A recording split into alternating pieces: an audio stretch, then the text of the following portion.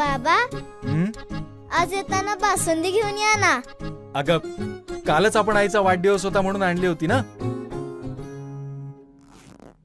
ऐकलं, गोकुळची बासुंदी पुन्हा खावीशी वाटतेय। खरं सांगू, मलाही खावीशी वाटतेय। पुन्हा पुन्हा खावीशी वाटणारी गोकुळ बासुंदी।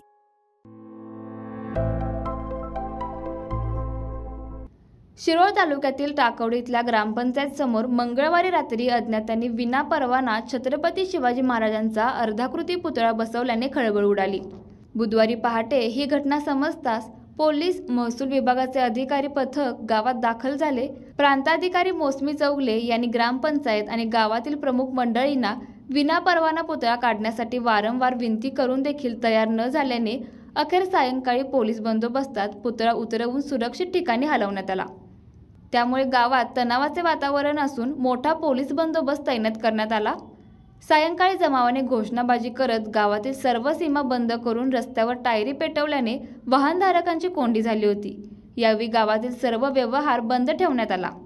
यावेळी पोलिसांनी लावलेले बॅरिगेड्स ढकलून जमावाने ग्रामपंचायत परिसरात घुसण्याचा प्रयत्न केल्याने पोलीस आणि जमावात झटापट झाली।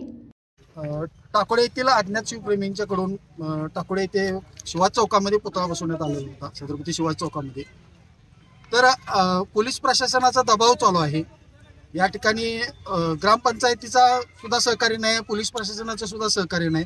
आम्ही त्यांना एवढीच विनंती करतोय, अज्ञात शिवभक्तांनी बसवलेला आहे, हा महाराष्ट्र आहे, महाराष्ट्रात छत्रपती शिवाजी महाराजांचा पुतळा तिथं बसवलेल्या ठिकाणून काढू नका। त्याची काय असेल ते रितसर परमिशन आम्ही घेतो, तो तात्पुरता तिथंच असावा।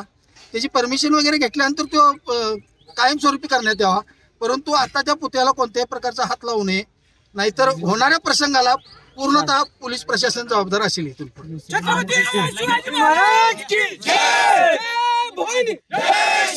आता झालेल्या प्रसंगानुसार टाकोडे गाव पूर्णपणे 2 दिवस बंद झाला। टाकोडे गावचा उरुसा पूर्णपणे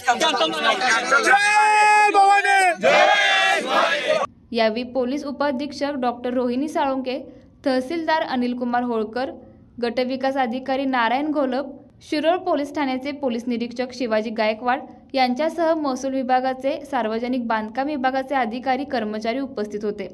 लाईव्ह मराठीसाठी टाकवडेहून कुलदीप कुंभार।